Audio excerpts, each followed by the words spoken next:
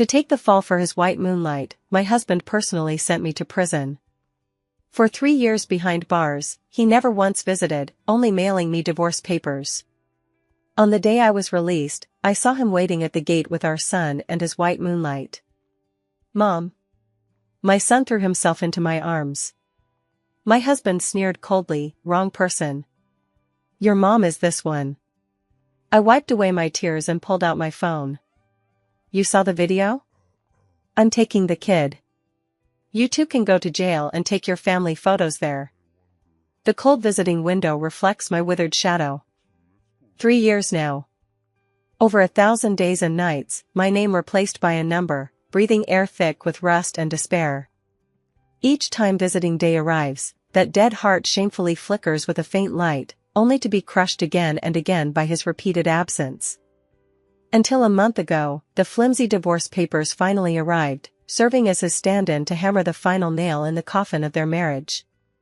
In the lower right corner, the name Jerry was written with the same sharp, bold flair as when he'd signed the wedding invitation years ago.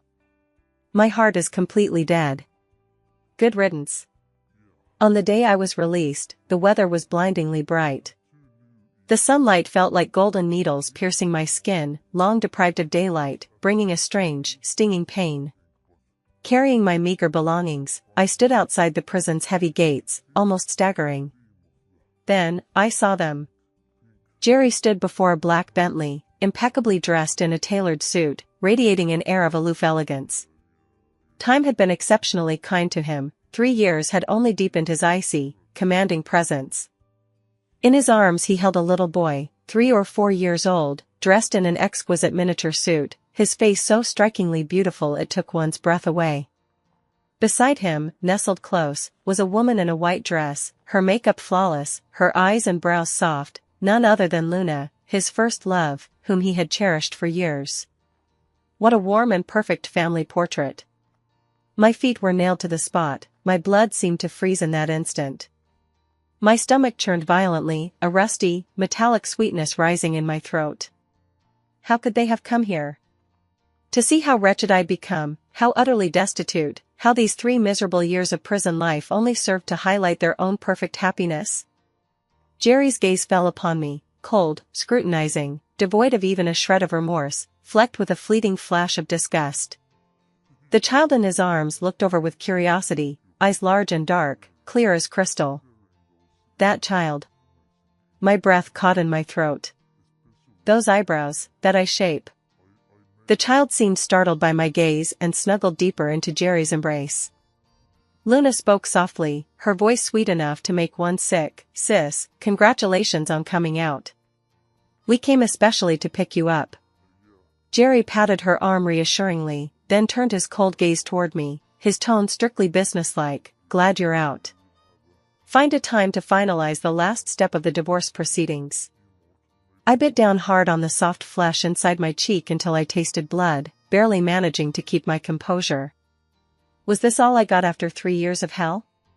Yet the next moment, the little boy in his arms suddenly began to struggle, reaching out his chubby little arms toward me. His voice rang out clear and crisp, tinged with a hint of uncertain testing. "Mommy?" In an instant, all sound ceased. My heart skipped a beat. Jerry's expression darkened abruptly. Luna's gentle smile froze on her face, instantly turning grim. The child cried out again, this time more clearly and decisively, "Mommy." He forcefully wriggled free from Jerry's embrace, leaped down, stumbled over, and threw himself at my legs.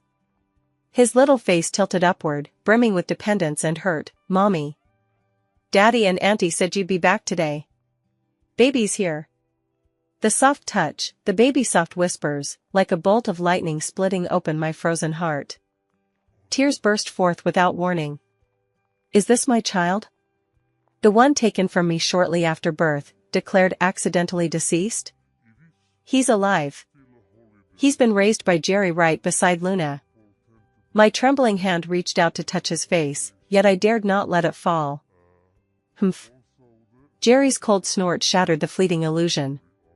He strode forward and yanked the child off my lap with such force that the boy staggered, nearly falling. "Stop calling out randomly," he barked, his face dark enough to drip water. "This is your mother." He shoved the child roughly into Luna's arms. Luna scrambled to hold the baby, her face quickly plastered with a fake smile, though her voice cracked slightly. "Good baby, don't get it wrong. I'm your mommy." The child was frightened, glancing between Jerry and Luna.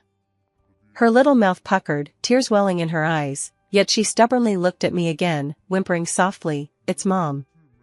Onlookers among the staff and a few scattered family members waiting to pick up children began whispering among themselves. Jerry seemed utterly mortified. He took a step forward, closing in on me, his lowered voice dripping with menace. "Zoe, know your place. You're a criminal fresh out of prison. Don't even think about claiming what isn't yours. That son is Luna's, he always has been." I raised my hand and roughly wiped the tears from my face with the coarse sleeve of my prison uniform. When I looked up again, all trace of vulnerability had vanished. 3 years of wrongful suffering, separation from my loved ones, betrayal that felt like a knife to the heart. It all awaited me here. I stared at him, at the face that once captivated me but now only filled me with disgust. I watched Luna, panicked and helpless. I watched the child they had taken from me after my death, yet who still instinctively called me Mom. I nodded slowly, my voice so calm it surprised even myself. "Is that all?" Jerry frowned, seemingly caught off guard by my reaction. I stopped looking at him and pulled an old, battered smartphone with a cracked screen from my prison uniform pocket. It had been my personal belongings when I was incarcerated, and upon release, the guard had sympathetically handed it back to me. To my surprise, it still turned on. I deftly opened a deeply hidden cloud-based app and entered the password. Then I pointed my phone screen at them. On the screen, a video was playing in real time, exactly what had just happened. The high-definition camera clearly captured Jerry's coldness, Luna's hypocrisy, the child's wails, and that line, "This is your mother." Even the sound was recorded with crystal clarity. I forgot to tell you, my voice was quiet but icy, each word landing like a hammer blow. "This phone is connected to the internet.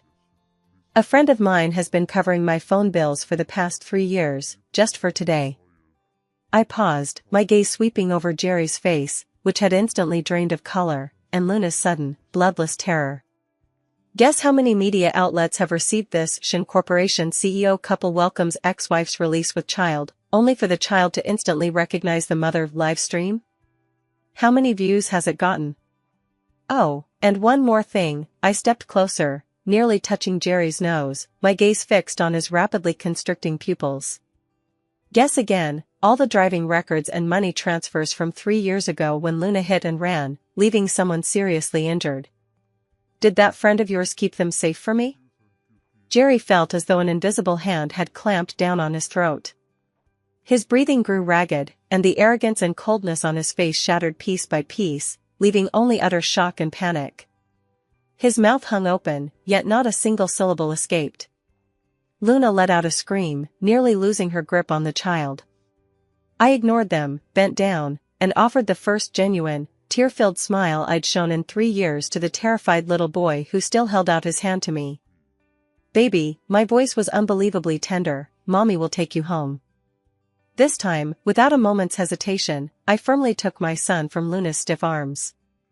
His tiny body nestled warmly against me, carrying the scent of milk, instantly filling the heart that had been empty and barren for 3 long years. Holding my treasure, regained after loss, I turned away, no longer glancing back at the man and woman across from me, their faces ashen, their reputations about to be ruined. The sunlight remained blinding, yet no longer felt cold. The road ahead stretches long. But theirs is nearing its end. Behind them, Jerry's voice cracked with suppressed terror, "Zoe. What have you done? Stop right there." Luna's shrieks echoed in despair, "Jerry. What do we do? The dash cam. How did she get it? We can't let her get away. Get the baby back." Footsteps clattered in pursuit. I didn't look back. Long before I was imprisoned, the moment that heart blinded by love died completely, I ceased to be the Zoe they could manipulate. 3 years, enough time for a foolish woman to be reborn. The prison guard took a step forward without showing any emotion, blocking the two who tried to rush past. His tone was strictly professional. "Sir, ma'am, please remain calm. This is the prison entrance." I carried my son step by step toward an inconspicuous black sedan parked nearby. The window rolled down, revealing a young man in the driver's seat wearing a baseball cap. He gave me a slight nod, his gaze sharp and steady. "This is the friend who paid my phone bills for 3 years, kept the evidence, and waited for today. A present Jerry could never uncover or even imagine." I pulled open the car door and slid inside. The air conditioning inside was perfectly cool, blocking out the outside clamor and the desperate shrieks of that man and woman. My son watched it all with wide, curious eyes, his little hands clutching my shirt tightly. "Mommy?" he called softly once more, as if to confirm. "Yes, Mommy's here," I replied, kissing his forehead. My voice was choked with emotion, yet unwavering. "Mommy will always be here." The car glided smoothly away, leaving behind the building that had held 3 years of my nightmares and the prelude to today's revenge. In the rearview mirror, Jerry seemed to have broken free from the guard's grasp, frantically chasing after them for a few steps before finally standing there helplessly, his figure staggering, utterly defeated. Luna slumped to the ground, covering her face and weeping, her carefully crafted appearance completely shattered. What a show! I pulled my gaze away, took a deep breath, and said to the man in the driver's seat, "Jack, have all the items been shipped out?" The man named Jack spoke in a low voice. "Simultaneously sent to 7 mainstream media outlets, 3 major financial influencers, and the anonymous reporting channels of the police and the Commission for Discipline Inspection. This includes the complete dashcam footage from 3 years ago, Luna's bribery of the hit-and-run driver to take the fall, and all financial transactions and call records related to Jerry's subsequent confession on your behalf. The livestream clip served as the teaser, it's already gone viral." Closing my eyes, I could picture the chaos unfolding outside. Shin Group's stock price, Jerry's carefully cultivated image, Luna's socialite facade, all would crumble completely in the coming hours. "The police should be dispatched soon," Jack added. "All right." I gently patted my son, who was drifting off to sleep in my arms. "Let's head to the airport." "Understood."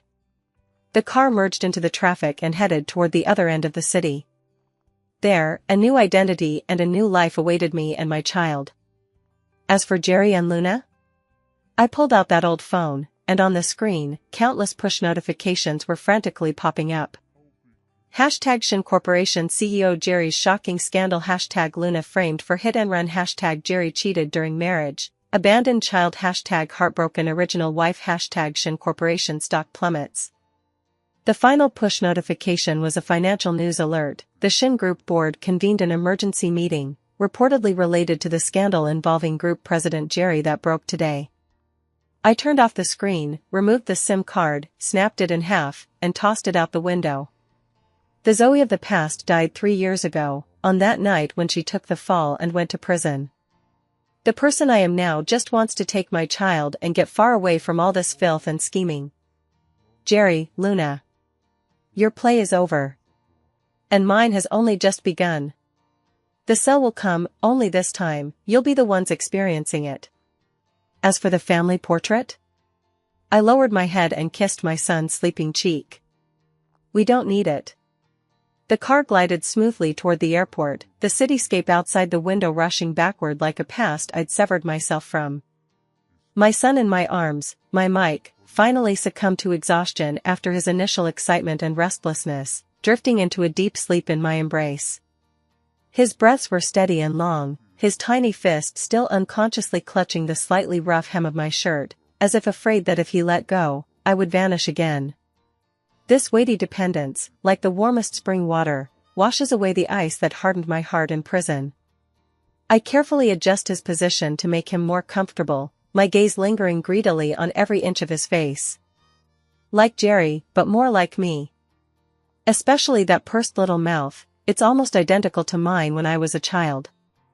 How could Jerry have been so heartless back then, lying to me that he died in infancy and then sending him to Luna? Was it just to make their family of 3 look more perfect? The mere thought of that name sent another wave of physical nausea through my stomach. From the driver's seat, Jack glanced at me through the rearview mirror and whispered, "Sister Ching, everything's taken care of. The flight to Singapore is booked. Someone will meet you there. Your new identity and residence are ready. I'll handle things back home." Jack, a brilliant hacker my father sponsored in his early years, is reclusive yet deeply grateful for kindness. Before my father passed away, he secretly sought him out, asking Jack to help me once if I ever faced an insurmountable obstacle.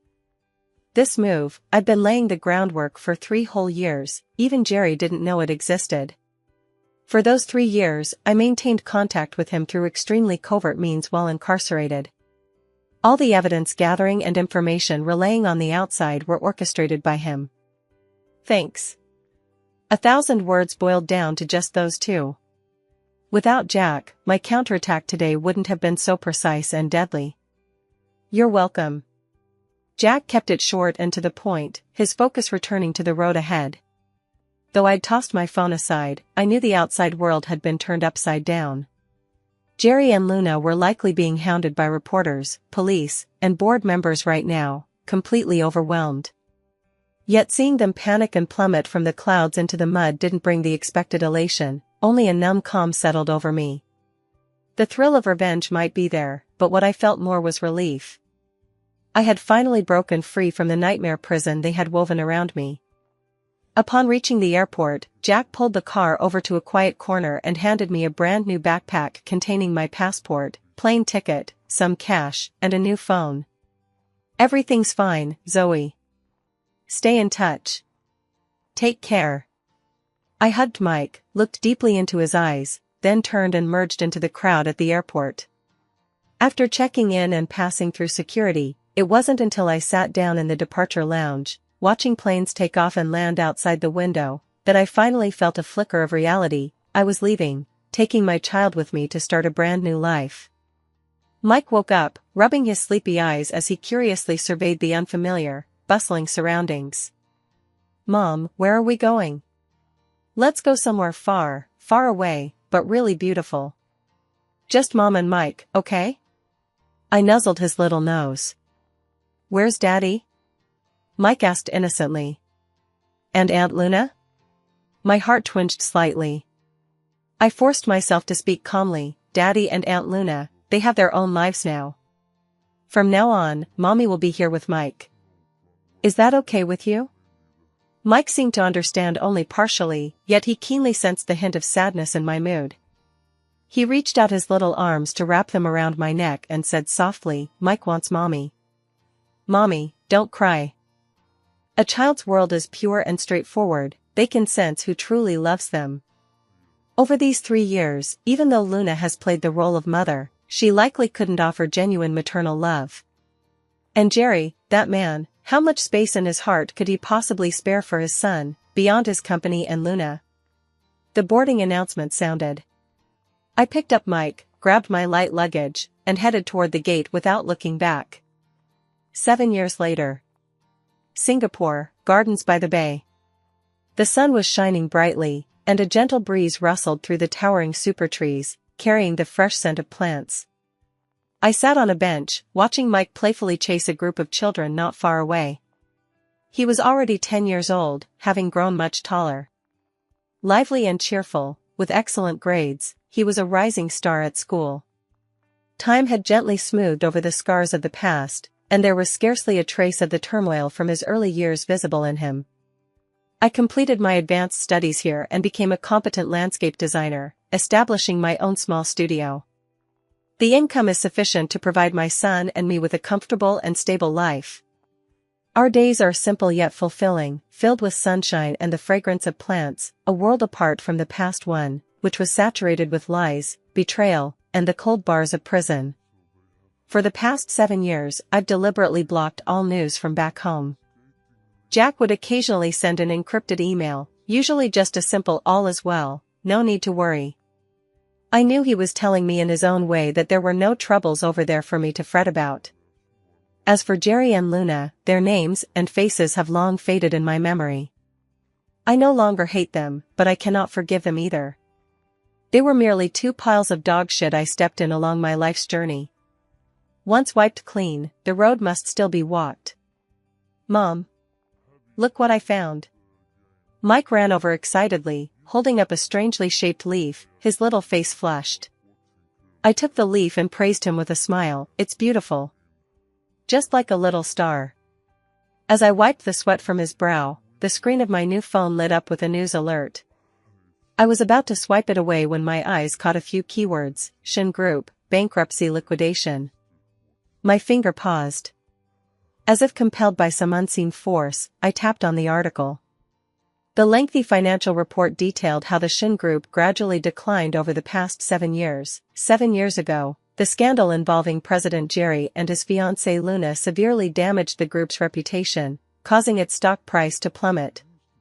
Subsequently, Jerry was arrested and imprisoned on multiple charges including obstruction of justice and harboring a criminal.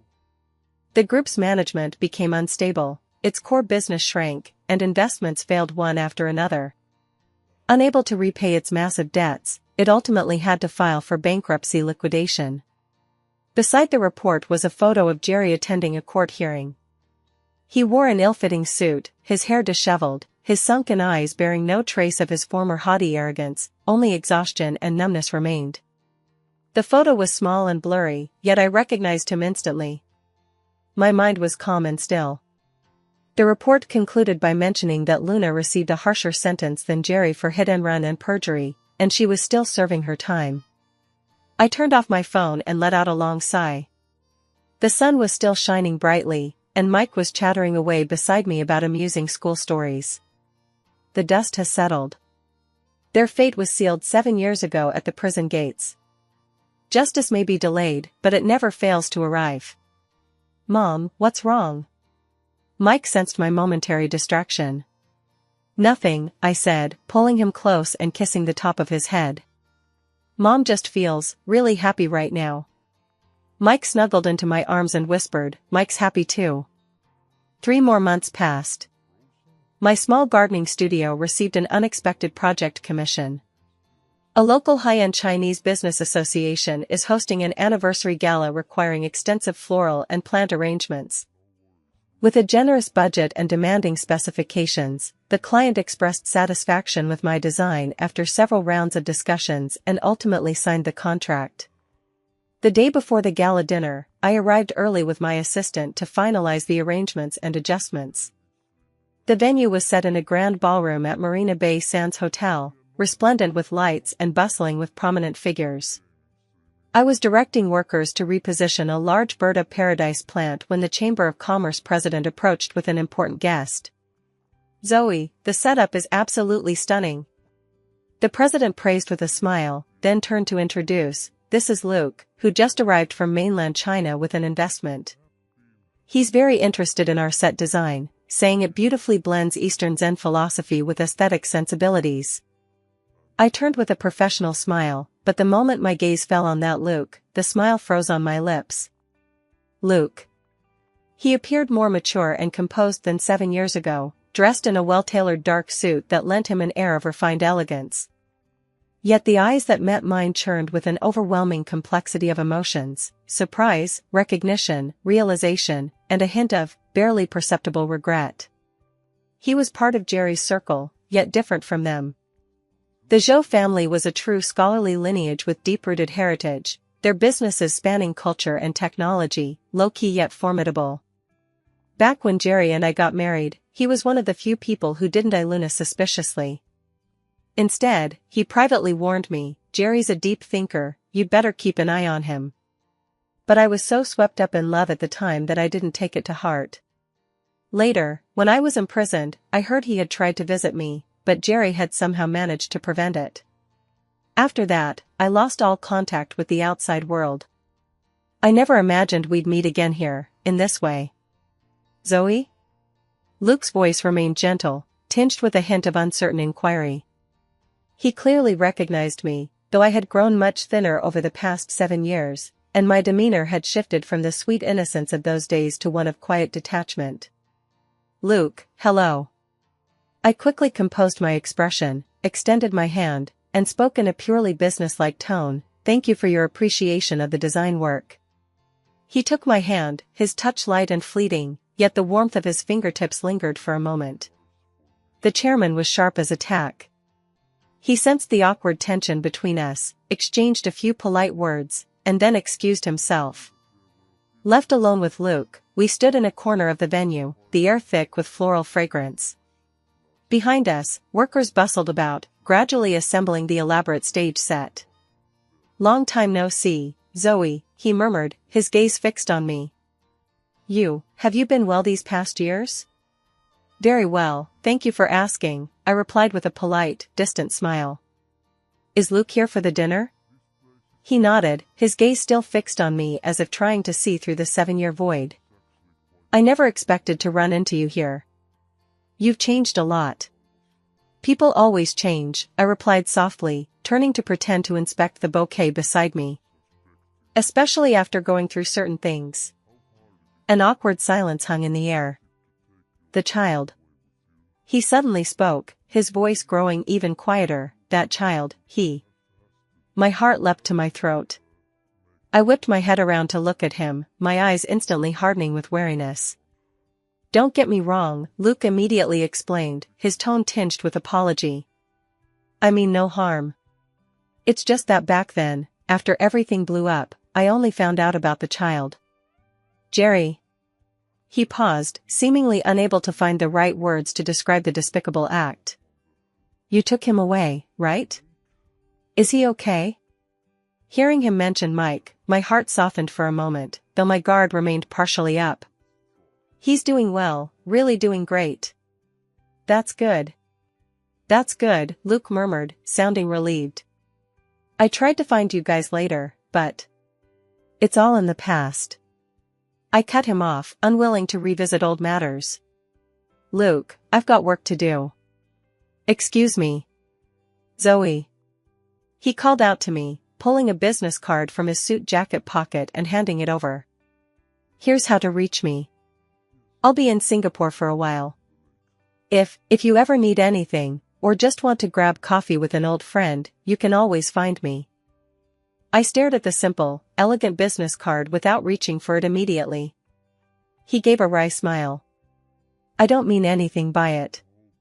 Just, as someone who used to be a friend, seeing you doing well now brings me comfort. That's all. Finally, I took the card. Thanks. Have a good time, Luke. The dinner party was a success. My set design received much praise. Luke, as a VIP guest, remained at the head table throughout, and we had no further interaction. Only occasionally could I sense a gaze upon me, but whenever I looked back, his eyes would already be averted. The project concluded, and the final payment arrived. I tucked Luke's business card into the bottom drawer, with no intention of contacting him. People from the past are best left in the past. Life returned to normal. I took on new projects, spent time with Mike studying, playing soccer, and visiting museums. He seemed to notice my occasional absent-mindedness and the subtle shifts in my mood after that dinner, but wisely refrained from asking questions. Another week passed, and I picked Mike up from school. He held my hand, skipping along as he chattered about the science experiments at school. When we reached the apartment building, a familiar figure stood at the entrance, seemingly having waited for some time. It was Luke. He was dressed more casually today, shedding some of the sharpness he wore in the mall and exuding a gentler air. He spotted us, his gaze lingering briefly on my face before settling on Mike beside me. His eyes held obvious surprise and an indescribable tenderness. Mike, too, looked at this unfamiliar uncle with curiosity. Luke? I furrowed my brow slightly. How did you? Sorry to bother you. Luke looked a bit apologetic as he crouched down, bringing his eyes level with Mike's. He smiled and said, Hello, your name is Mike, right? Mike nodded shyly, hiding behind me before peeking out with his little head. Who are you, uncle? I'm an old friend of your mom's, Luke said gently. You can call me Uncle Luke. I pursed my lips. I wasn't thrilled he was striking up a conversation with Mike so directly. But seeing his sincere demeanor and Mike's lack of resistance, I didn't immediately stop him. Zoe, I mean no harm. Luke stood up, looking at me with sincerity. I went to your horticultural exhibition yesterday. It was truly impressive. I have a tech company under my umbrella that's developing an intelligent plant care system integrated with AR technology. We're seeking top-tier horticultural designers as consultants. You were the first person I thought of. I wonder if you'd be interested in discussing it. The proposal was both formal and compelling. My studio genuinely needed to expand its business scope. Seeing my hesitation, he added, it's purely a business partnership. You can review the project proposal first. He pulled a document from his briefcase and handed it to me. Mike looked up at me and whispered, Mom, this man doesn't seem like a bad guy. Children speak without reservation, and Luke couldn't help but laugh. I felt a bit helpless too. Finally, I took the proposal. Thank you for your consideration, Luke. I'll give it serious thought. All right. I won't disturb your rest any longer. Luke nodded, then smiled at Mike. Mike, goodbye. Goodbye, Uncle. He turned and walked away, his stride measured and unhurried, without lingering. I watched his retreating figure, then lowered my gaze to the meticulously crafted project proposal in my hands, my emotions tangled and complex. Over the next few days, Luke didn't show up again, only sending a carefully worded text asking for my feedback on the proposal. I replied that I needed time to review it. Over the weekend, I took Mike to the botanical garden for some sketching. Unexpectedly, I ran into Luke again. He was holding a camera, seemingly photographing plant specimens. What a coincidence, Zoe. He greeted her casually, then turned to discuss the sketch he'd just finished with Mike. Once was coincidence, twice, felt a bit deliberate. But he behaved impeccably, limiting himself to perfectly timed encounters and conversations. He even hit it off with Mike, sharing many fascinating facts about plants. Mike clearly adored this knowledgeable and gentle uncle. My guard gradually lowered a little through his repeated chance encounters and sincere conversations. Perhaps he truly only admired my professional abilities, and as someone who knew about that painful past, simply wanted to see how well I and my child were doing. Another evening, Mike was invited to a birthday party by his classmates. I walked home alone. Downstairs at the apartment building, Luke's car was parked there. He got out, walked up to me, his face bearing a rare look of seriousness. Zoe, there's something I think you should know, he said in a low voice. What? Jerry got his sentence reduced and was released. About a month ago. My heart skipped a beat, but quickly settled back into place. Oh, right. Figuring it out, that about fits. As far as I know, he went abroad after his release. I'm not sure exactly where, but it probably wasn't Singapore. Luke looked me straight in the eye, his tone serious. I'm telling you this not to worry you. I just think you have a right to know. His situation now is dire.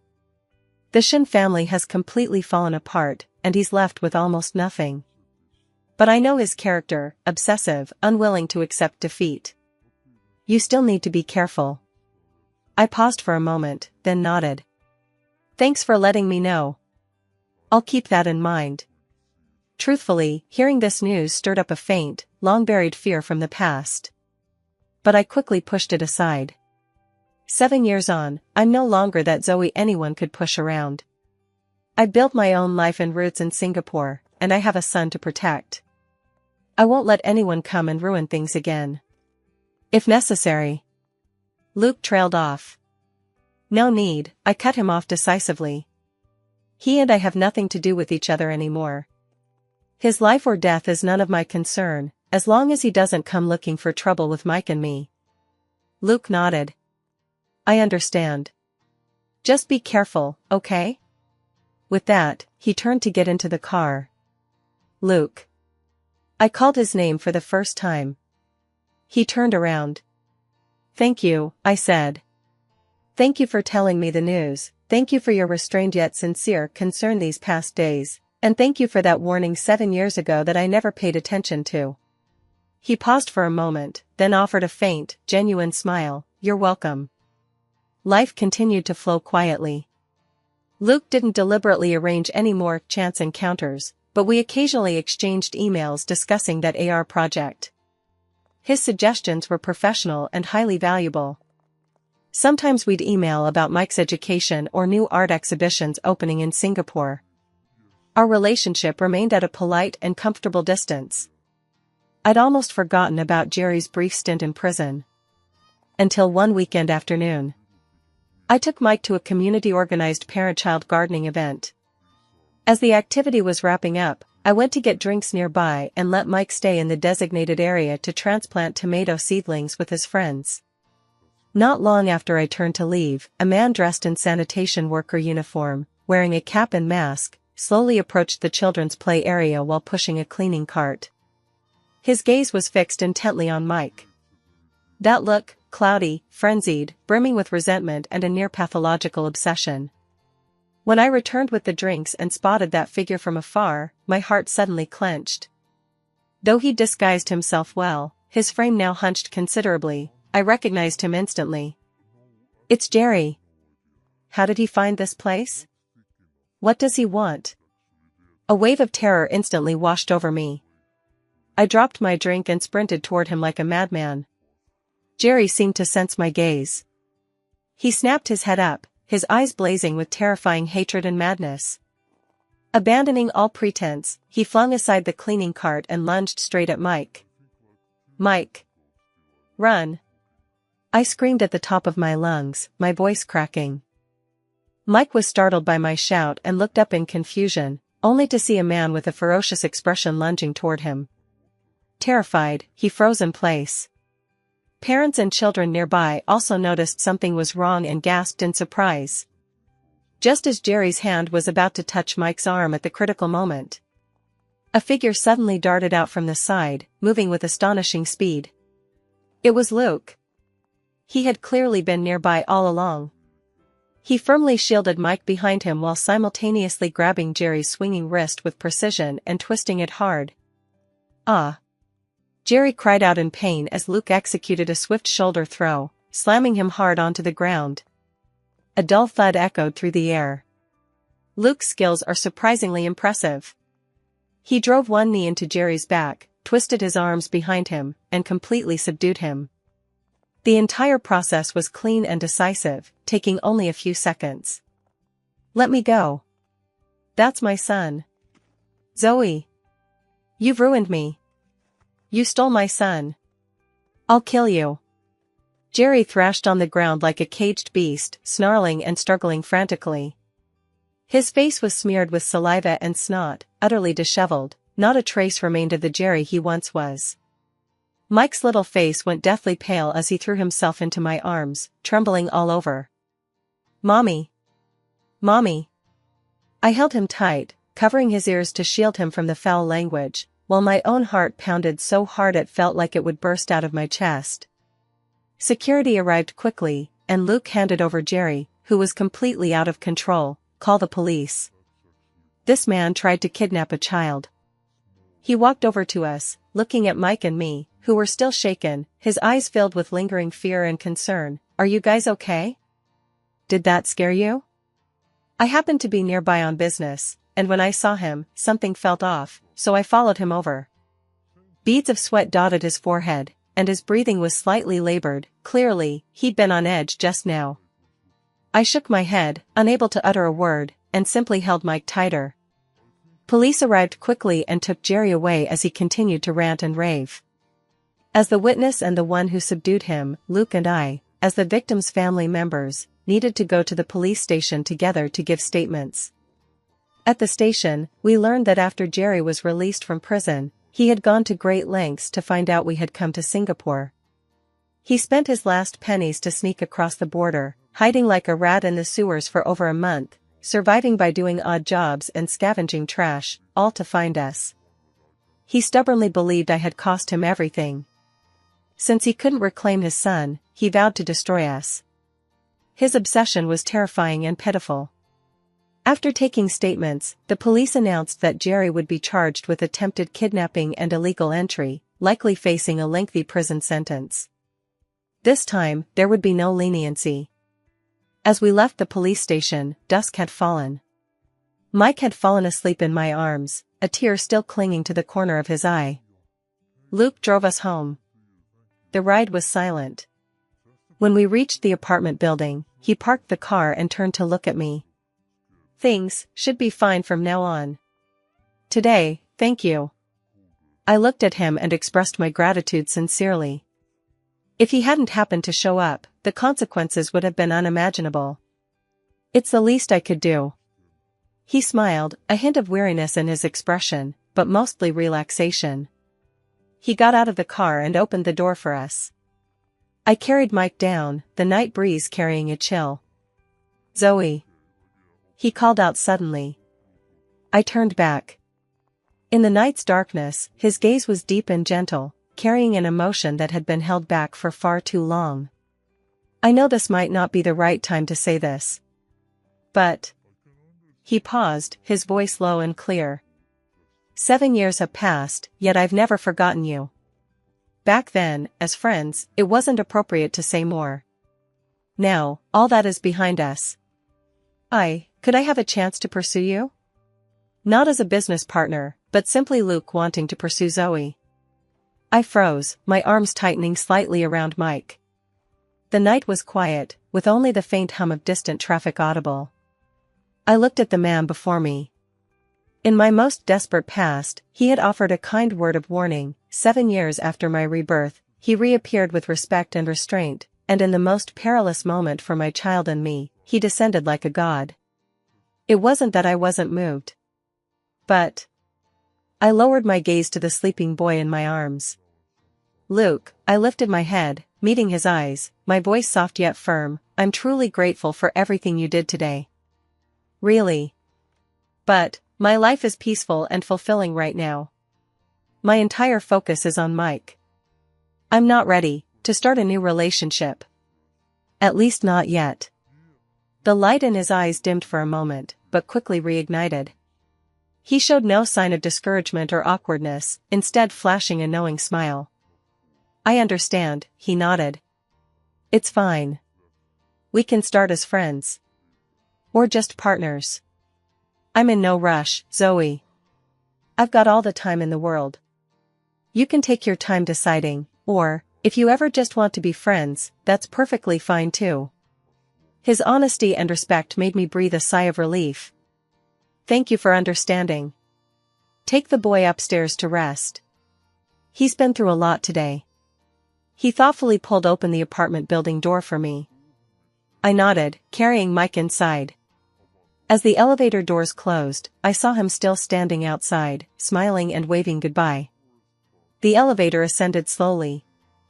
I looked at my reflection in the mirrored panels, my face still pale, yet my eyes were unusually clear.